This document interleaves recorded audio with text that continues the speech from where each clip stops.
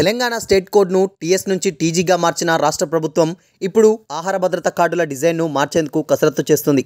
పాత రేషన్ కార్డుల స్థానంలో టీజీ ప్రింట్తో కొత్తగా స్మార్ట్ కార్డులు జారీ చేసేందుకు సిద్ధమవుతున్నట్లు తెలిసింది.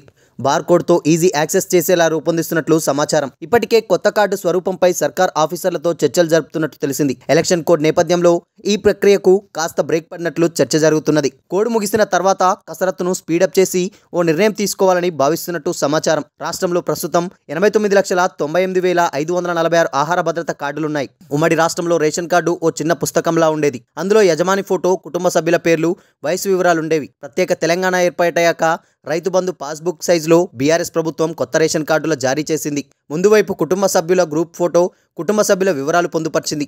వెనుక వైపు చిరునామా, ఇతర వివరాలు రాసి ఉండేవి. ఆ తర్వాత ఒక పేజీగానే ఉన్న కార్డుల్లో ఒకవైపు కార్డుదారుడు, కుటుంబం సభ్యులు, రేషన్ కార్డు దుకాణం, కార్డు సంఖ్యను ముద్రించారు. వెనక వైపు చిరునామా, ఇతర వివరాలు పొందుపరిచారు.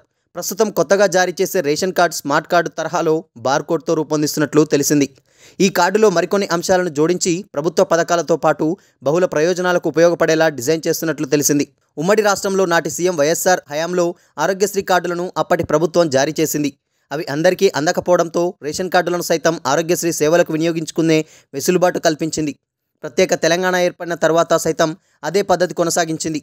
ప్రస్తుతం రాష్ట్రంలో అధికారంలోకి వచ్చిన కాంగ్రెస్ ప్రభుత్వం ఆరోగ్యశ్రీ పరిమితిని 5 లక్షల నుంచి 10 లక్షలకు పెంచింది. మరోవైపు రేషన్ కార్డులతో సంబంధం లేకుండా కొత్త ఆరోగ్యశ్రీ కార్డులను జారీ చేసేందుకు కసరత్తు చేస్తున్నట్టు తెలిసింది. వైద్య ప్రయోజనాల వివరాలతో వాటిని రూపొందిస్తున్నట్లు సమాచారం. రాష్ట్రంలో కొత్త రేషన్ కార్డుల కోసం లక్షలాది మంది ప్రజలు ఎదురుచూస్తున్నారు. ప్రభుత్వం అమలు చేస్తున్న సంక్షేమ పథకాలకు రేషన్ కార్డే కీలకంగా మారడంతో గత కొన్నేళ్లుగా రాష్ట్రంలో కొత్త రేషన్ కార్డులు లేని అర్హులంతా ప్రభుత్వ నిర్ణయం కోసం వేచి చూస్తున్నారు.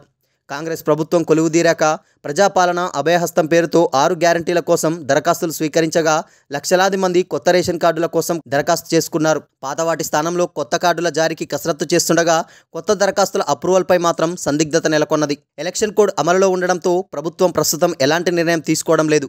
కోడ్ ముగిశాక కొత్త స్మార్ట్ రేషన్ కార్డుల జారీ, మార్పులు చేర్పులు, డిజైన్పై అధికారులతో చర్చించి ప్రక్రియను స్పీడప్ చేయాలని భావిస్తున్నట్లు తెలిసింది. త్వరలోనే మంత్రివర్గ సమావేశం నిర్వహించి ఓ నిర్ణయం తీసుకోనున్నట్లు సమాచారం. ఆ తర్వాతే కొత్త స్మార్ట్ రేషన్ కార్డుల జారీకి ఆమోదం లభించనుంది.